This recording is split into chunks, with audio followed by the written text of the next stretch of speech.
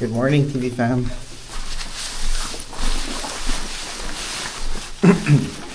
Pasok na tayo ulit. Back to reality. Sobrang daming ganap in the past few weeks, no?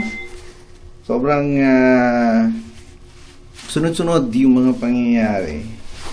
And sa sobrang pagkakasunod-sunod, medyo hindi na natin sila ma-account ng maigi. Update ko na lang kayo and hopefully magawa natin to sa vlog natin. So, over the weekend kasi, nag-umpisa na tayo mag-open house. And siguro makikita nyo yun in my upcoming vlogs or the vlog before this. Nagsimula na tayo ulit mag-open house, nagtingin-tingin na tayo ng bahay, and tawag dito, pre-approve na rin tayo ulit. Meaning, hindi lang tayo sa isang bangko nagpa-pre-approve, kundi isa sa mga major banks. Anyway, sabi ko nga, nagpa-pre-approve na tayo ulit sa isa sa mga major banks. And siguro tatanong kayo, bakit mo kailangan magpa-pre-approve sa multiple banks? When I say pre-approval, hindi naman siya, dalawang klase yan kasi. Yung pre-approval process ay merong sinasabing hard check na kung saan mag-send talaga sila ng request sa credit bureau regarding sa pangalan mo, kung ano ba yung status nung credit nung applicant. And yung isa naman, yung hindi siya actual na gagawa or mag-send in ng request, pero based sa financial income ng household mo, magko-compute sila ngayon using yung mga regular debt to equity ratio or debt to income ratio, sorry. And then doon malalaman nila kung ano yung amount na tingin nilang pwede mong ma-loan nang hindi ka magkakaproblema. So, yung pinagawa natin is hindi siya hard pre-approval, kasi yung hard pre-approval, meron niyang term na tinatawag. Ang term from the time na magpa-pre-approve ka is 120 days from the time na ma-assess nila yung credit assessment nung requester. Yung so dahil may term siya, gagawin mo lang yan pag halimbawa meron ka ng more or less accepted offer sa isang property, kasi nga time bound siya. So yung pinagawa natin na sinasabi kong pre-approval process is yung soft computation lang based on the ratios na inaalagaan ng mga what do you call this, financial advisor or yung mga brokers, no? And then from there they will assess and recommend ano ba yung pwede mong ma-purchase na property value. Now, nagpagawa tayo ng soft lang naman, soft check, no? Hindi siya hard check para hindi pa tayo time bound. Pero over the weekend, kami ni Joyce, so ang dami nating pinuntahan. I think nakalima tayo, and then from the 5, meron talaga tayong isang property na nagustuhan. And that property, we actually put in our offer over the weekend. And kahit man gano'n natin nagusto yung property, if it's not meant for you, it's not meant for you. No, so nagbigay tayo ng offer natin. Unfortunately, hindi na-accept yung offer natin. May nagbid na 30,000 over the asking price ng property. Pero although ganun pa man din yung nangyari, yung pangalan natin or nandoon pa rin sa listahan ng realtor nung seller, dahil if in case hindi mag-push through yung kanilang what do you call this, yung offer na natanggap over the weekend, tayo yung magiging secondary buyer for that property. And ang deadline yan, na malalaman natin yan, it would be by April 30. But regardless, dahil kahit na secondary tayo, no, na backup, hindi naman yan nag-restrict sa atin na magtingin pa ng mga bagong properties. If in case meron tayong bagong property na makita, let's say over the weekend, sasabihin lang natin sa realtor natin na ipo-pull out na natin yung offer natin as a secondary buyer for that property. Sabi ko nga, no, napakadaming ganap, napaka-fast pace ng mga pangyayari. Supposedly, dapat ang original plan natin is to sell our property and then buy a new one. Pero dahil nare-restrict tayo, sayang naman yung mga dumarating na opportunity na, ay, gusto natin yung property na yon. Tina-assess natin yung financial capability natin based doon nga, sabi ko sa inyo, yung income mo, yung ratio ng mga tinitignan nila. Ano, pwede ba kaming bumili ng property without selling our current one? And then if we decide to sell our current one, later on na lang yon, 'di ba? And maka-move na kami sa panibagong property. And so it happens based doon sa assessment na good news, we can do that particularly. And dahil nga na pwede na nating gawin yon,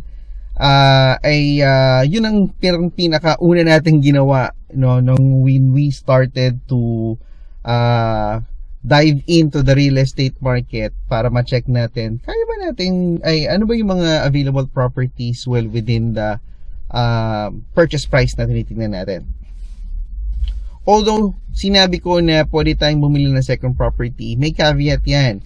Hindi ibig sabihin nung supposedly nung pagbinenta natin tong property natin, yung current one, ibig sabihin yan mas malaki supposedly yung magiging purchasing power na meron ka.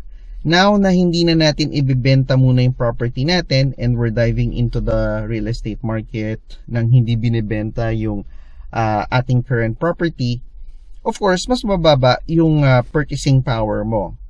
So, dun lang namin binabalance. Hindi naman yung, if you're gonna be waiting, there's more risk na talagang mapapag-iwanan ka ng market at mas madaming complication dahil you would need to sell, close, time it properly, and then you buy. Diba? Yung financing, medyo, what do you call this? Tricky, in a sense. Check natin kung anong oras na. Current time is 8:04.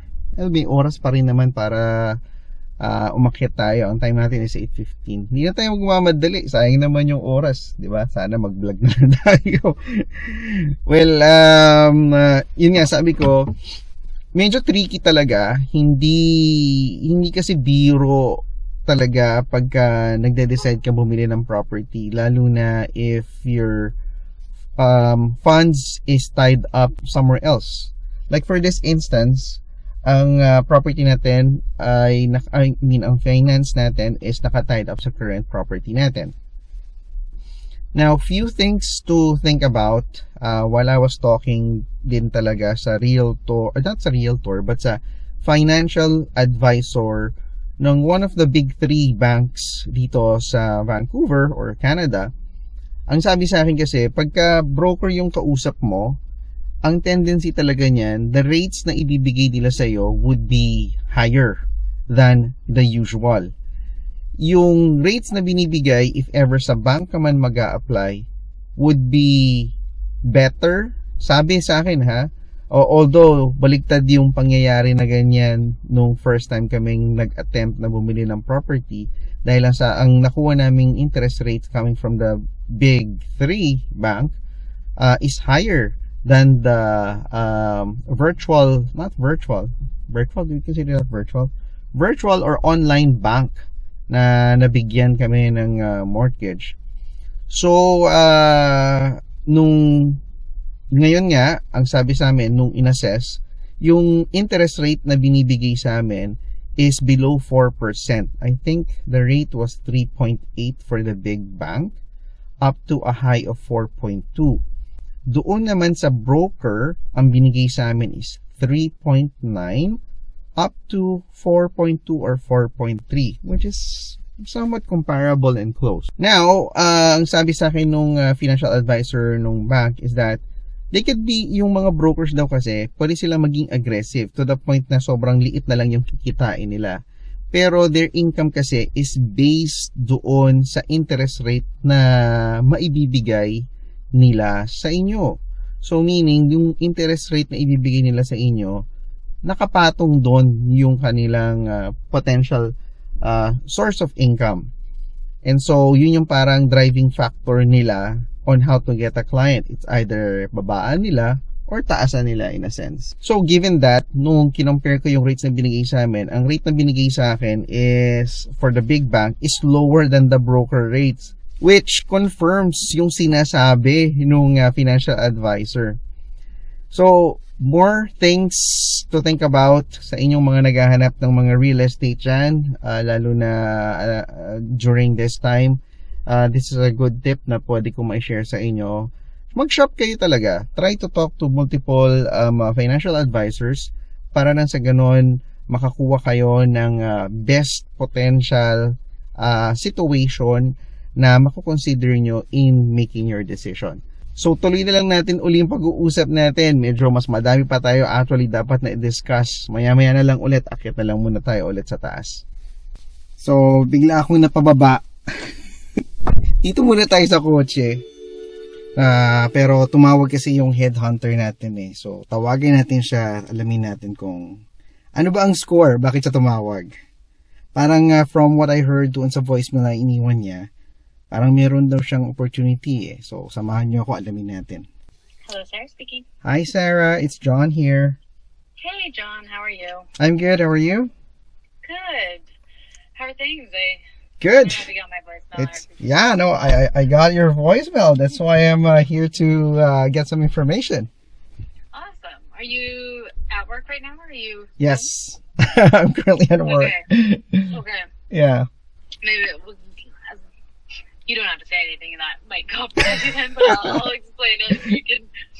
You can answer as necessary. But I wanted to check in and kind of see how things were going there. So maybe that part we can do another time. You can speak because I stepped out of the office. I'm currently I'm at the parking space, so you know that's totally fine. Yeah. Awesome. Yeah. Well, I think we chatted back in October. Well, I think we've chatted since then, but yeah. Back then we were talking about kind of your role with City of Richmond and the plan to kind of get you back up into that kind of category manager level. So I wanted to hear if that's kind of still on track or if you're open to other opportunities. And I'm always open. Yeah. Yeah, you know how it is in the professional world. You should always be open. Yeah, you never know what's going to come up. That might be perfect. So, have you been moved into kind of that buyer? Yeah, I did get moved based on what we have agreed upon on the offer that was given to me. So it's progressing, but if there's a faster way to get there, you know what? That's something that I will be exploring. Yeah, for sure. Yeah.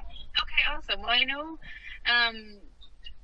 what I'm working on right now, it is a category manager role for real estate and facilities. Okay. Which I thought was fairly similar to probably what you were doing. Yeah.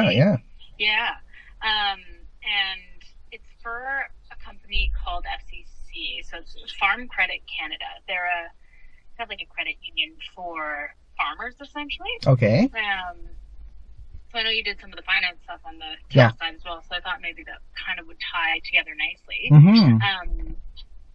The only thing that I wanted to maybe check with you, just because I think with like Metro and things like that, the money didn't necessarily make sense. Right. But then some of those were also contracts. So, right. And now you are kind of with a government organization, so benefits-wise is probably pretty nice. Yeah. These guys are a government organization as well. So if the opportunity were to move permanent, that would likely be kind of the same. So it is, category manager role for FCC. The money is higher than what Metro Vancouver was offering, and also obviously the level and title is category manager. So it is very much focused on the category manager duties from that perspective. Managing the facilities side of things and the real estate side of things. So I think it would be very, very similar to what you were doing with before. Is this sorry, just to confirm, is this a permanent position? So it is a contract. It's a 12-month contract to start. That's partly why I figured I'd need to just jump on the phone with you and see sort of how you feel about that. I do think it's about $70 an hour, which would be walking away with probably still above that $100,000 mark. For I'm not sure. sure where you are right now. It is a company based out of Regina, Saskatchewan. They do have locations all over the lower mainland, so it is 2 days a week at the closest facility to you, essentially. And the rest of the time would be at home. I know contracts, when we've talked about them in the past, it's not ideal. So get your feels on that and see sort of how you're feeling there. If that's something maybe, I can share the job description too, and you can take a read through. If it's something that the money for sure is very attractive. I'm just concerned about the contract. I don't know how to because you're right. I'm still very hesitant to go for a position that's only for 1 year contract, because what happens after the fact, right? You don't know. There's a lot of question mark. Is this similar to? Is there a reason why this particular role is a contract position? I don't know if there's any particular reason that I'm aware of. I can definitely ask and see if, I don't know if you've met Paul yet, but he worked closely with Metro Vancouver and stuff like that. Applying there. I'll ask him and see if there is a reason for that, or if it does say on the job description that it is an opportunity that could be longer term, whether that's a contract extension, if that's something that even you might be interested in, if you start liking a contract, if you, or it could go permanent. So I think unless it's a new category or something like that, and they're kind of wanting to take a look, but I will ask that, and then I can also share the details of the role with you, just to kind of take a read through, see how you're feeling. And then, we can kind of take it from there, because I'll find that out. And is that the only role that you have right now, so far? For that title, unless you speak French.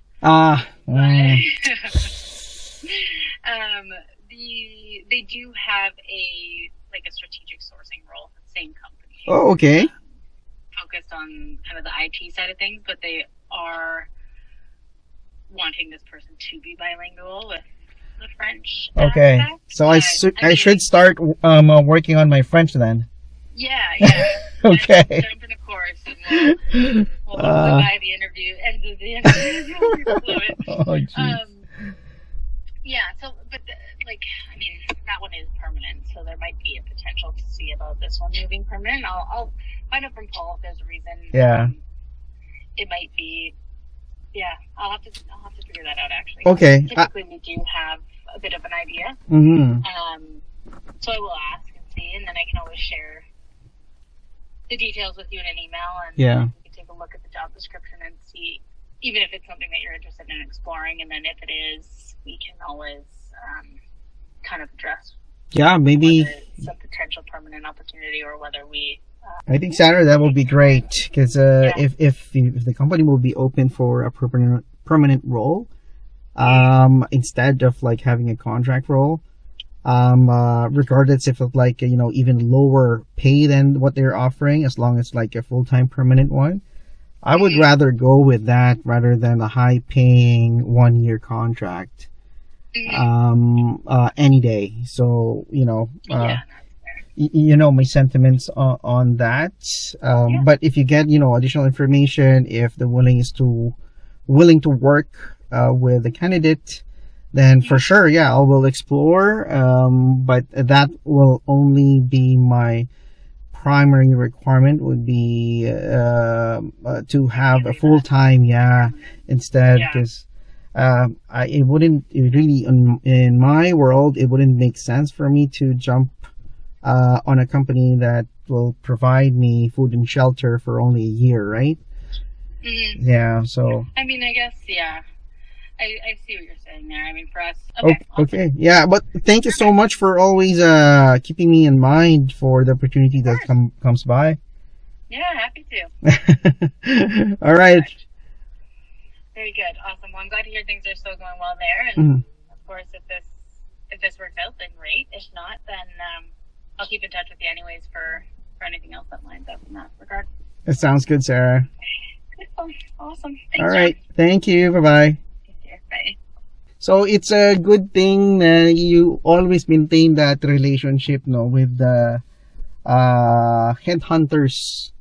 Kasi nga, they always give you that first dibs on potential new opportunities.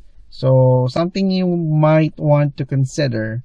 And then, if in case naghahanap kayo, always maintain that relationship. Keep your profile in either LinkedIn, Indeed, and all of those job profiles updated para sa ganon, they can contact you and whatnot for any opportunities na makita sila. So, kita tayo ulit. City of mine, how I love the city of mine. It never gets me down. City of mine, how I love the city of mine.